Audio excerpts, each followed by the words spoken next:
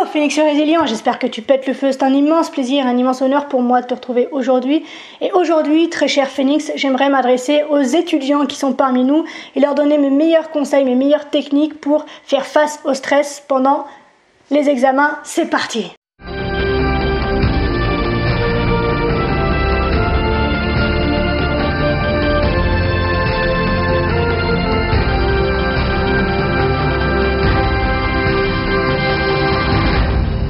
Alors avant de commencer, je tiens à te préciser que cette vidéo va être faite en deux parties. La première partie que je te poste aujourd'hui sur la période concernant avant les examens, donc la période de révision. Donc que tu sois en train de préparer un bac, un partiel, un concours, un permis ou que sais-je encore, ou peut-être même que tu es déjà en train de préparer une session de rattrapage, tu peux écouter cette vidéo maintenant. Et dans la prochaine vidéo que je te publierai mercredi, donc dans 2 jours, tu auras accès à la manière de gérer ton stress le jour J et pendant la période des examens. Ok? Mais avant de commencer, j'aimerais me présenter auprès de celles et ceux qui ne me connaissent pas encore. Je suis Marie Perron, fondatrice de Phoenix Coaching, et mon objectif à travers mes vidéos, mon contenu, mes formations, mes accompagnements, c'est que tu prennes conscience de ta valeur, de l'infinie possibilité de tes potentiels et de la richesse qui est la tienne, afin que tu puisses l'exploiter au maximum et que tu puisses enfin t'offrir la vie de tes rêves sans douleur, sans souffrance, sans difficulté. Bref, une vie au top. Entrons maintenant dans le vif du sujet. Donc aujourd'hui, première partie de cette vidéo sur le stress pour les examens. Je vais te donner 5 points, 5 astuces, 5 conseils en fait pour bien gérer cette période de révision. Le premier point en fait, ça va consister en 2 exercices, 2 pratiques qui sont vraiment particulièrement importantes, elles l'ont été pour moi en tout cas, et qui sont vraiment très efficaces. La première, c'est la respiration. Dès que tu sens que tu pars en vrille, dès que tu sens que tu as un coup de pression, dès que tu sens que tu vas te mettre à pleurer, dès que tu sens que ça va plus, dès que tu sens que ton esprit est dispersé, respire. Reviens sur ta respiration, focalise-toi sur ta respiration, simplement sur une inspiration longue et une expiration longue. Ça va juste te permettre d'arrêter en fait ton cerveau de penser, de pleurer, de râler, de hurler, de dire que t'es qu'une merde. Et ça va simplement te permettre de revenir là, maintenant, où tout va bien. Ok? Un petit exercice un peu plus précis que je te donne. Si vraiment t'es au bout du bout au niveau du stress et que t'arrives pas à dormir et que tu peux même l'utiliser ça aussi pendant tes examens, du coup, c'est un exercice qui consiste à compter les temps pendant que tu respires. Concrètement, ça donne ceci. Tu inspires sur 4 temps, tu bloques ta respiration sur 7 temps et tu expires sur 8 temps. Ok? Tu peux faire cet exercice autant de fois que tu en as envie, à n'importe quel moment, que ce soit pour parer les insomnies, le stress, une dispersion de ton esprit. C'est vraiment un exercice qui est très important, qui permet de réoxygéner ton cerveau et de maintenir toute ton intention, de la faire revenir d'un coup, d'un bloc, d'un seul, ici et maintenant sur ce que tu es en train de faire. Ok? Pardon pour la voix. Le deuxième temps de ce premier point, ça fait beaucoup de chiffres, c'est la visualisation. Je t'invite sincèrement et du fond de mon cœur à utiliser la visualisation pour te mettre dans la bonne énergie et dans la bonne posture pour réussir au mieux cet examen que tu t'apprêtes à passer et qui est important pour toi.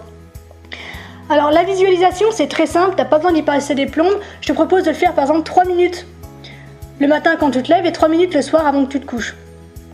Et ce que je t'invite à faire donc, pendant cette visualisation, c'est que tu visualises le processus de révision. Donc c'est-à-dire il faut que tu visualises ta journée type sur le nombre de jours que tu as pour réviser en fait. Donc tu te vois en train de te lever le matin à telle heure, tu te vois en train de manger tel ingrédient et tel ingrédient parce que c'est bon pour la mémoire, parce que c'est bon pour la patate, parce que c'est bon pour l'énergie, bref. Il faut que tu te vois donc en train de prendre ton petit déjeuner, il faut que tu te vois en train de suivre un emploi du temps que tu auras fait auparavant. Il faut que tu te vois en train d'ouvrir tes cahiers, en train d'apprendre, en train d'assimiler les connaissances. Il faut que tu te vois en train de faire tes pauses, il faut que tu te vois en train de retourner te coucher, en train de prendre soin de toi. Bref, il faut que tu vois absolument tout le processus. Quand tu as vu le processus de ces révisions, idem avec le moment ou la période où tu vas passer tes épreuves. Donc pareil, tu te vois en train de te lever le matin à telle heure, tu te vois en train de prendre tes transports, ta voiture, ton bus, je ne sais quoi, tu te vois en train de te concentrer, de respirer, tu te vois en train de trimer, en train d'assurer et d'être confiant et d'avancer, et il faut que tu visualises dans un dernier temps le jour où tu auras le résultat de tes examens, où on t'annonce que tu as réussi cet examen.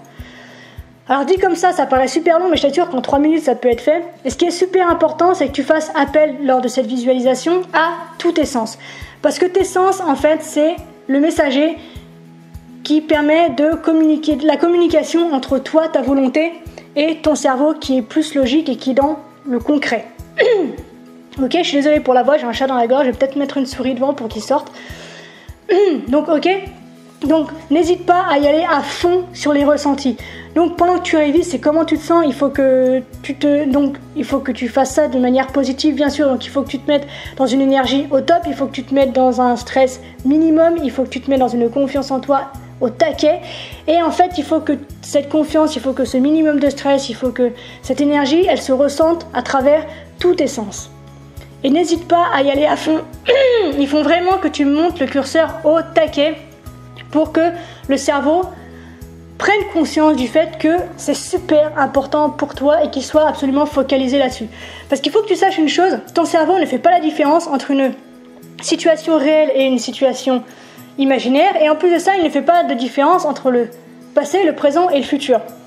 Donc si tu pars du principe que tu vis ça tous les jours, ton cerveau, il va considérer que c'est une expérience concrète, qu'il assimile et qu'il va ajouter à ton expérience et à toute ton histoire de vie. Donc c'est super important que tu prennes en considération ce point-là pour pouvoir augmenter tes chances de réussir dans les meilleures conditions possibles. Le deuxième point que je te propose, le deuxième conseil en tout cas, c'est plus un conseil, c'est d'éviter les nuits blanches et de dormir suffisamment. On est beaucoup en France à considérer qu'en fait, dormir c'est une perte de temps et qu'il vaut mieux passer ce temps à réviser. Alors je comprends qu'on a envie de passer le plus de temps possible sur ces révisions et matraquer à fond même si c'est un court instant sur une vie, mais il faut comprendre que dormir en fait, ça permet notamment, parmi tant d'autres, 2 choses qui sont importantes là pour tes examens. La première, c'est que ça te permet bien sûr de récupérer, d'être au meilleur de ta forme et de maximiser tes capacités de concentration, tes capacités d'assimilation, tes capacités de non-dispersion, de focalisation, bref, il faut que tu sois au taquet, il faut que tu sois dans la bonne énergie, il faut que tu dormes suffisamment pour que ton cerveau se repose et puisse t'apporter le meilleur soutien possible. La deuxième chose que le sommeil t'apporte, là où il est important, c'est qu'en fait, tout ce que tu as appris dans la journée, en fait, va passer de la mémoire à court terme à la mémoire à long terme. Donc en fait, tu vas intégrer plus profondément et plus longuement dans le temps tout ce que tu as appris dans la journée. Et si tu ne dors pas, ça se fera pas. Donc en fait, tu auras beau réviser et apprendre toute la journée, si tu ne dors pas la nuit ou si tu ne dors pas suffisamment, tout ça, en fait, c'est des efforts qui sont vains. Donc, fais attention de dormir suffisamment. Troisième chose, celle-là je l'aime bien, c'est pas de révision de dernière minute. La veille de ton examen, il faut que tu prennes du temps pour toi. Ou alors que tu fasses des révisions du par cœur où c'est juste une petite relecture sympa. Il ne faut pas que tu te replonges à fond en termes d'énergie, en termes de concentration, en tout ça. Il faut que le dernier soir, tu te relâches. Il faut que tu ailles bien. Il faut que tu sois dans de bonnes dispositions. D'accord ? Donc, pas de révision de dernière minute, donc la veille, et pas de révision, alors surtout pas, juste avant de passer ton épreuve. Parce que c'est le meilleur moyen, avec la pression et le stress qui vont être là, parce que c'est absolument inévitable, c'est le meilleur moyen de te foutre dedans et de te donner l'impression qu'en fait tu ne sais rien. C'est une sensation qui est absolument atroce, et au moment où tu vas rentrer dans la salle et tu vas poser ton cul sur la chaise pour passer ton épreuve si importante pour toi, tu vas avoir l'impression qu'avec tout ce que tu as lu avant, en fait tu ne sais absolument rien, et alors ça va te disperser, ça va te mettre de l'inquiétude, ça va te mettre du stress, ça va te mettre que les émotions dont tu n'as pas besoin pour réussir ton épreuve. Donc, pas de révision de dernière minute. Troisième point pour tes révisions, ça c'est super intéressant, c'est de faire appel au maximum à tes 2 hémisphères cérébraux. C'est-à-dire que quand tu apprends par cœur, quand tu fais des exercices de maths, de physique, d'ingénierie, je sais pas trop quoi, de calcul, bref, de logique quelque part, en fait c'est ton hémisphère gauche qui est mis à contribution. Mais si tu peux utiliser ton hémisphère droit, c'est super intéressant parce que du coup c'est une autre manière d'apprendre, c'est une autre manière d'intégrer les choses et donc du coup tu vas faire appel à d'autres circuits pour pouvoir recracher tes réponses et retrouver ce que tu as appris. Alors quand je parle de solliciter ton hémisphère droit, tu peux par exemple utiliser les memory trees. Donc je vais pas te faire un cours tout de suite sur les memory trees parce qu'il y en aurait pour 15 ans, mais je t'invite à faire des recherches sur Google, c'est une perle cette méthode d'apprentissage, c'est vraiment extraordinaire. Mais tu peux également, si tu dessines, si tu peins ou si tu aimes ce genre de choses, tu peux dessiner aussi tes cours. Par exemple, tu vois, ou tu peux, ce que je faisais souvent, moi par exemple, quand je révisais, je mettais les mots du cours, en fait, je mettais la leçon sur une chanson que j'aimais bien ou que j'avais régulièrement en tête à ce moment-là. Et tu pouvais être sûr qu'en fait, ça s'inscrivait durablement dans mon esprit et que je pouvais ressortir toutes les informations dont j'avais besoin le jour où j'en ai eu besoin. Dac. Quatrième chose... Non, c'est peut-être déjà la cinquième. J'ai vraiment un problème avec les chiffres, moi. Cinquième chose, bref, dernière chose de cette vidéo, en tout cas, c'est de bouger. Parce que sache que bouger facilite l'assimilation de tes connaissances. Pour au moins 2 raisons, encore une fois, c'est que déjà, tu vas pouvoir augmenter le flux sanguin. Donc, les informations vont arriver plus vite à ton cerveau. Et donc, du coup, tu pourras emmagasiner plus de choses. Et en plus de ça...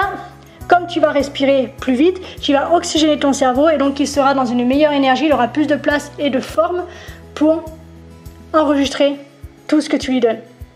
C'est super important.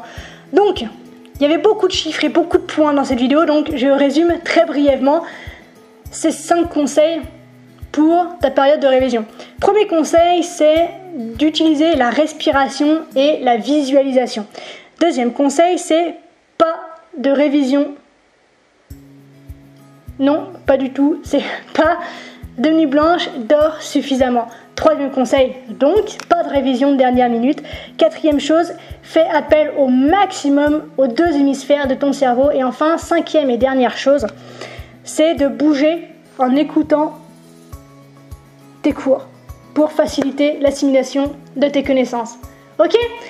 Voilà, c'est tout pour cette première partie. N'hésite pas à interagir avec moi via les commentaires pour me dire si ça t'aide.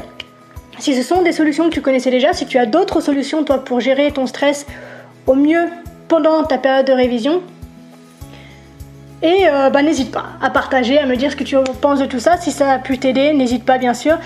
Si tu penses que cette vidéo peut en aider certains et en éclairer d'autres, notamment des gens de ton entourage qui sont en train de traverser ce moment si important des épreuves de fin d'année, n'hésite pas à lui envoyer ses conseils afin qu'il puisse gérer au mieux cette période difficile, stressante et pourtant tellement importante.